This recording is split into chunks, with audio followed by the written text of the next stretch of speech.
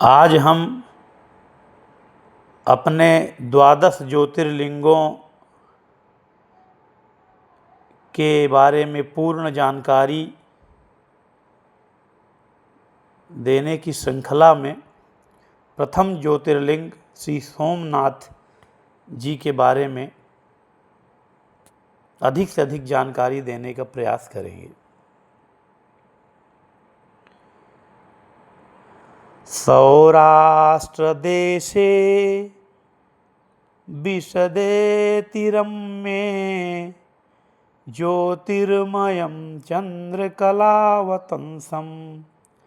भक्ति प्रदानाय कृपावतीर्णं तं सोमनाथं शरणं प्रपद्ये। जो अपनी भक्ति प्रदान कराने के लिए अत्यंत रमणीय तथा निर्मल गुजरात प्रदेश सौराष्ट्र काठियावाड़ क्षेत्र के प्रभास में दयापूर्वक अवतीर्ण हुए हैं, चंद्रमा जिनके मस्तक का आभूषण है, उन ज्योतिर्लिंग स्वरूप भगवान श्री सोमनाथ की मैं शरण ग्रहण करता हूँ। जो परम तत्व आदि अंत रहित असीम अगोचर अजन्मा और सर्वव्यापक हैं, उसे ही शिव कहते हैं। उसका स्वरूप परम ज्योतिर्मय है और उससे ही इस संपूर्ण सृष्टि का उद्भव और विकास होता है तथा उसी में सबका विलय होता है। शिव पुराण कोटि रुद्र संहिता के अनुसार भूत भावन भगवान शंकर प्राणियों के कल्याणार्थ तीर्थ तीर्थ में लिंग रूप से निवास करते हैं। जिस जिस पुण्य स्थान में भक्तजनों ने उनकी अर्चना की, उसी उसी स्थान में वे आविर्भूत हुए और ज्योतिर्लिंग के रूप में सदा के लिए अवस्थित हो गए। लिंग रूप में भगवान शिव संपूर्ण जगत में व्याप्त हैं, अर्थात यह चराचर जगत भगवान शिव का लिंग रूप है। यद्यपि इस धराधाम पर असंख्य शिवलिंग हैं, फिर भी इनमें द्वादश ज्योतिर्लिंग सर्वप्रधान है। भगवान शंकर के द्वादश ज्योतिर्लिंगों में श्री सोमनाथ को इस धराधाम का आदि ज्योतिर्लिंग होने का गौरव प्राप्त है। यह जगत प्रसिद्ध आदि ज्योतिर्लिंग गुजरात प्रदेश के सौराष्ट्र काठियावाड़ क्षेत्रांतर्गत प्रभास में विद्यमान है। यह स्थान लकुलीश पाशुपत मत के शैवों का केंद्र स्थल भी रहा है। इसी क्षेत्र में लीला पुरुषोत्तम भगवान श्री कृष्ण के संकल्प से यदुवंश का संहार हुआ था तथा यहीं पर उन्होंने जरा नामक व्याध के बाण के द्वारा अपने पाद पद्मों के विरुद्ध हो जाने पर अपनी नरलीला का संवरण किया था। इस प्रकार प्रभास का यह पवित्र क्षेत्र ऋषियों के शाप से यदुवंश के विनाश का प्रत्यक्ष साक्षी भी रहा है। भारतीय उपमहाद्वीप के पश्चिम में अरब सागर के तट पर स्थित आदि ज्योतिर्लिंग भगवान श्री सोमनाथ के मंदिर की अनुपम छटा आदिकाल से ही तीर्थयात्रियों के आकर्षण का कारण रही है।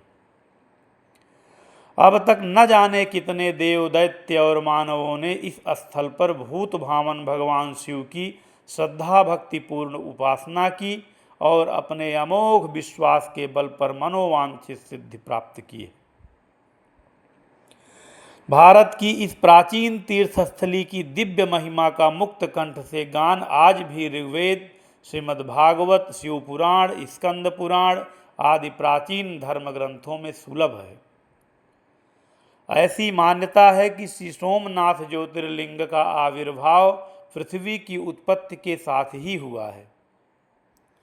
पुराण की एक विशेष कथा के अनुसार भगवान ब्रह्मा ने भूमि खोदकर प्रभास क्षेत्र में मुर्गी के अंडे के बराबर स्वयंभू स्पर्श लिंग श्री सोमनाथ के दर्शन किए। उस लिंग को दर्भ और मधु से आच्छादित करके ब्रह्मा ने उस पर ब्रह्मशिला रख दी और उसके ऊपर श्री सोमनाथ के बृहल लिंग की प्रतिष्ठा की। चंद्रमा ने उस बृहल्लिंग का अर्चन किया।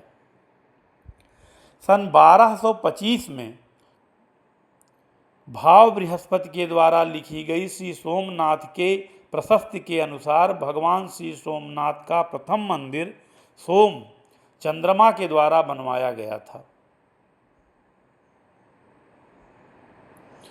दूसरे युग में लंकाधिपति राक्षस राज रावण ने इसका निर्माण चांदी के द्वारा कराया।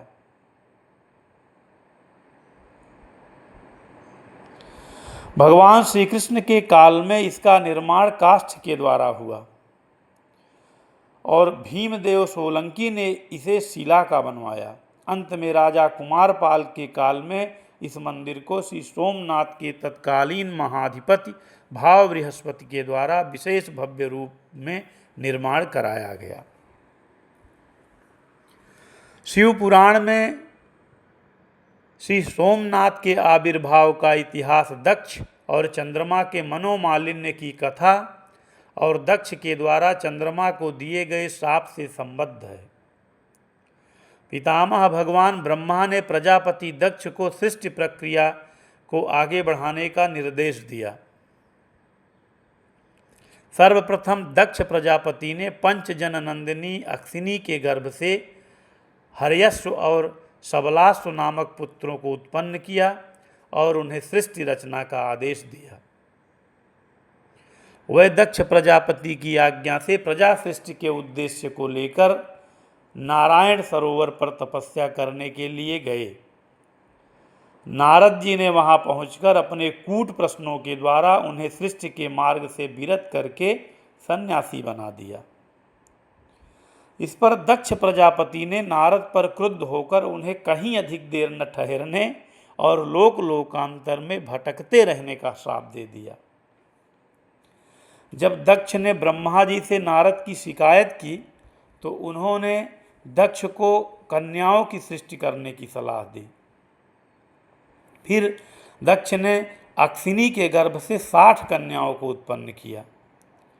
उन्होंने उनमें से 10 कन्याएं धर्म को, 13 कश्यप को, 27 चंद्रमा को, 2 भूत को, 2 अंगिरा को, 2 कृशाश्व को और शेष ताक्षर्य नामधारी कश्यप को ब्याह दी।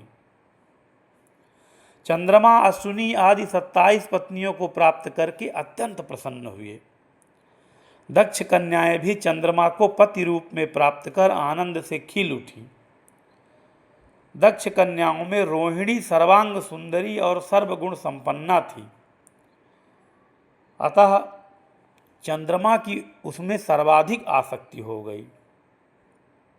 वह रोहिणी से अत्यंत प्रेम करने लगे।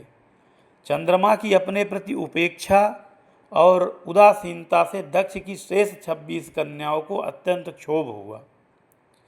पति की उपेक्षा से अत्यंत दुखी होकर वह अपने पिता दक्ष के पास गईं और पिता से अपने दुख का कारण बताकर उसके निवारण के लिए यथोचित उपाय करने की प्रार्थना की।